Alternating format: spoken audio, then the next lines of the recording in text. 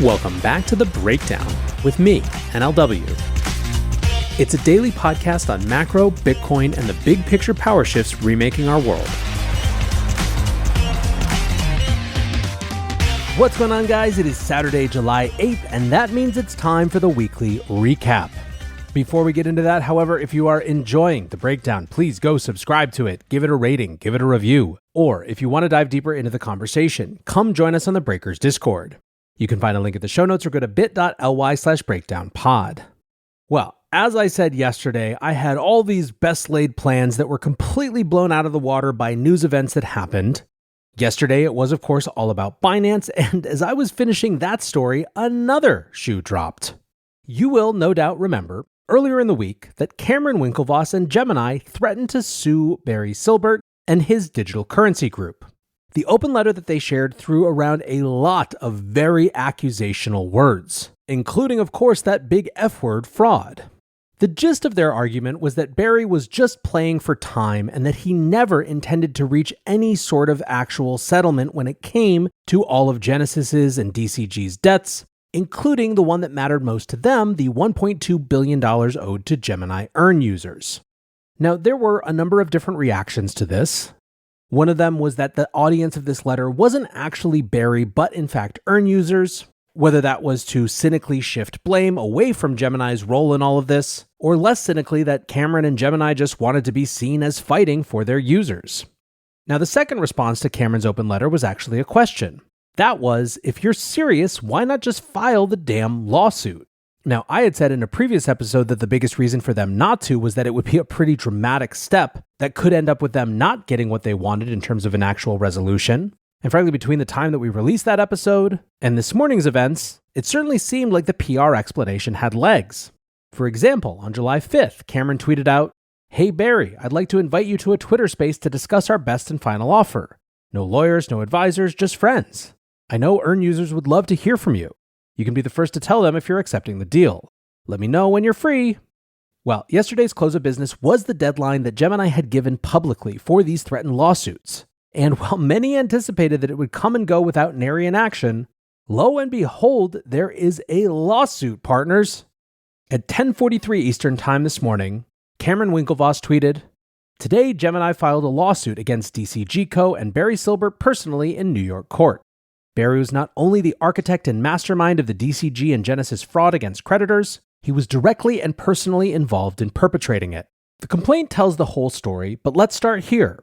When Gemini notified Genesis it would be terminating the Earn program in October 2022, Barry reached out to set up a meeting to introduce Gemini to continue Earn. He did this knowing Genesis was massively insolvent. Cameron shares a screenshot from the complaint that reads, "Silbert's request resulted in a lunch meeting between Cameron Winklevoss and Silbert at a restaurant in New York City on October 22, 2022. At that lunch meeting, Silbert made numerous representations designed to induce Gemini not to discontinue the Earn program. Silbert was aware at the time that Genesis was massively insolvent because, unbeknownst to Gemini and Genesis depositors, DCG had provided Genesis with a 10-year promissory note rather than assuming the 3AC losses as had been claimed. Silbert was further aware that DCG had not provided meaningful near-term liquidity to Genesis sufficient to allow Genesis to honor its obligations, again contrary to statements made to Genesis depositors. Silbert disclosed none of those highly material facts regarding Genesis's insolvency and lack of liquidity, even as he was urging Gemini to continue the Earn program." Cameron continues, "Barry claimed that Genesis faced only a timing issue, a lie that hid the gaping hole in Genesis's balance sheets." The complaint around this reads, "Silbert represented that Genesis simply needed sufficient time to effect an orderly unwinding of its quote-unquote complex loan book, and that any difficulty that the termination of the Gemini Earn program would cause for Genesis was merely a mismatch in the timing of Genesis's loan positions." That is, Silbert affirmatively misrepresented that Genesis faced only a short-term timing mismatch between its outstanding loans and borrowing. Cameron continues, "When Three Arrows Capital collapsed in June 2022, it blew a $1.2 billion hole in Genesis's balance sheet. Instead of coming clean, Genesis claimed that everything was business as usual because DCG had stepped in to absorb the losses. It's now clear that this was a carefully crafted lie. DCG didn't absorb any losses or provide real capital. Behind the scenes, DCG wrote Genesis a sham 10-year promissory note with a measly 1% interest rate, worth just a fraction of its $1.1 billion face amount. Genesis was wildly insolvent."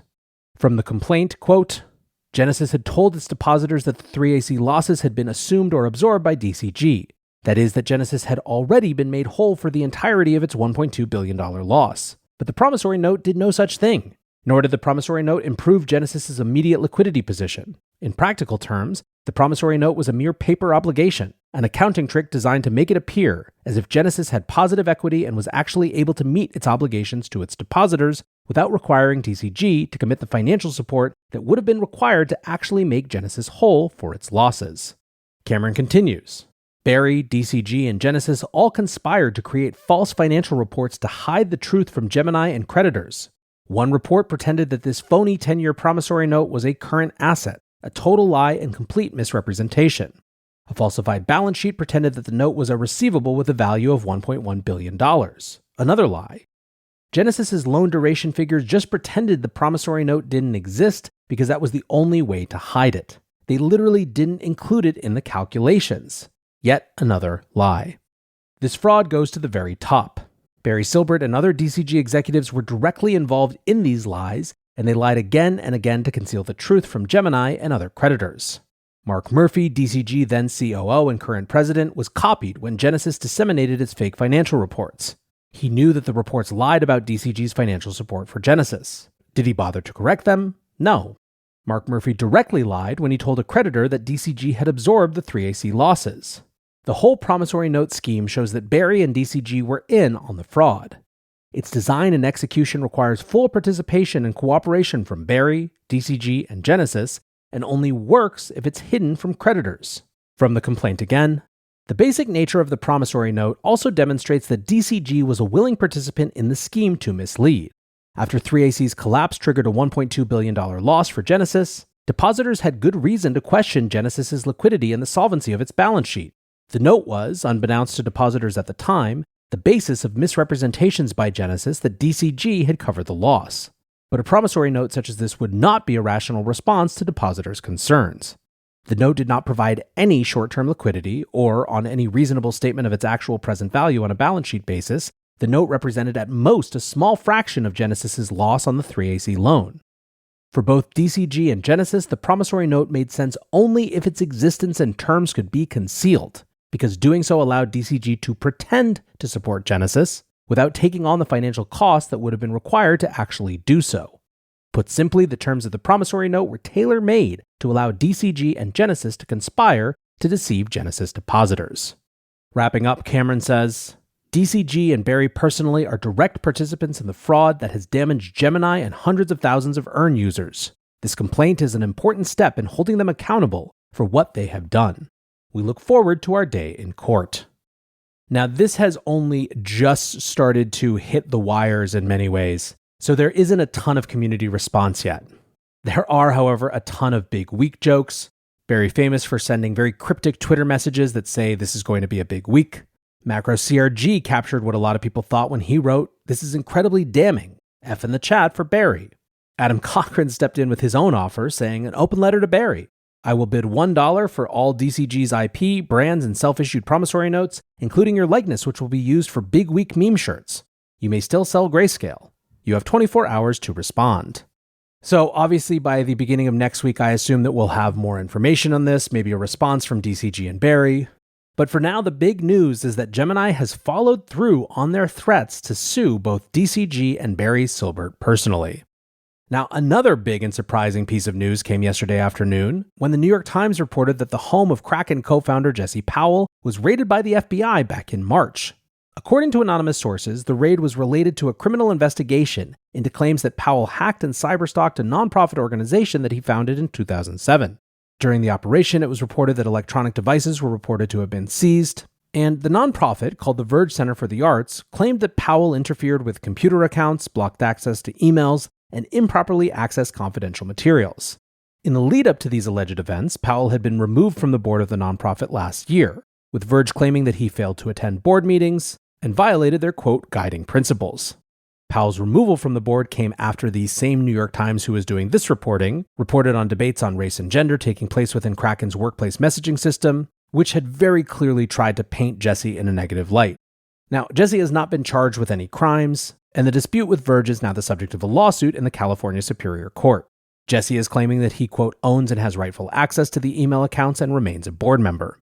Meanwhile, Jesse's lawyers confirmed that he was under investigation by federal prosecutors, but that the investigation was limited to allegations from Verge. They said that Verge had, quote, provided a one-sided account that did not provide the government with the full picture, adding that it was, quote, in no way related to Mr. Powell's employment or his conduct in the cryptocurrency arena, and that their client, quote, did nothing wrong. A Kraken spokesperson added, the U.S. attorney has advised us that Kraken is not part of the investigation in any way, and the investigation does not concern Jesse's affiliation with Kraken. Now, Jesse stepped down as CEO at Kraken in September, which was shortly after this dispute began. Now, for his part, Jesse seemed pretty unbothered by the reporting. He responded on Twitter to a question about his recent absence from the public discourse by explaining that Diablo 4 had just been released. What am I supposed to do, he said. Werebear is busy crushing demons. I don't know, man, this one was weird. It pretty much just felt like another weird, kind of weak FUD hit piece against Jesse and his ongoing battle with the New York Times. Keep in mind that this is a leak about a raid that happened in March that doesn't seem to have turned up anything of note. And this is also something that is now turned into a civil case rather than a criminal case. In other words, it kind of feels like it was leaked by law enforcement because they didn't manage to find anything on Jesse, rather than because there was something major there. Just a couple more quick ones before we get out of here. BlockFi's plan to emerge from bankruptcy has been opposed by, well, everyone. FTX, Three Arrows Capital, and the SEC. The plan is set to be discussed next Thursday, with parties filing oppositions ahead of that hearing. Now, on the FTX side, FTX had quote-unquote bailed out BlockFi last June with a $250 million loan. It was later revealed that the two firms were significantly entangled, with Alameda having hundreds of millions of dollars worth of loans and pledged collateral tied up with BlockFi. And in addition to that, an FTX holding company had pledged 56 million Robinhood shares that are currently worth around $500 million as collateral to BlockFi. In its objection filing, FTX wrote, BlockFi debtors believe some bankruptcy wand can be waived to make the FTX debtors' claims disappear, without satisfying basic procedural fairness and due process requirements. This is abuse of the plan process. Now, 3AC claimed it was owed over $220 million by BlockFi and protested that it wasn't being given a chance to contest fraud allegations, and the SEC objected on the grounds that proposed clauses to release BlockFi management from personal liability were overly vague and broad.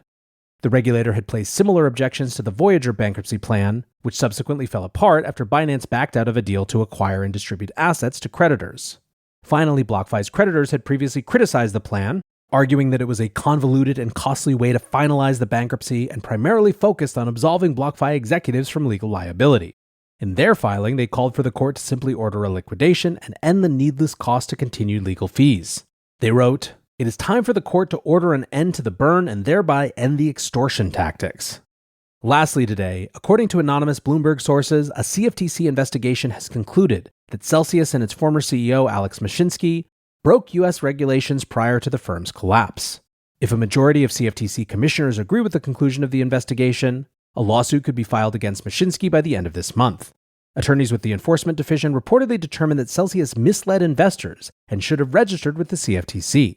Now, of course, a lawsuit brought by the New York Attorney General's office is already underway. And on top of that, in February, an independent examiner appointed during the bankruptcy process found that some elements of Celsius's business resembled a Ponzi scheme and were at bare minimum misleading.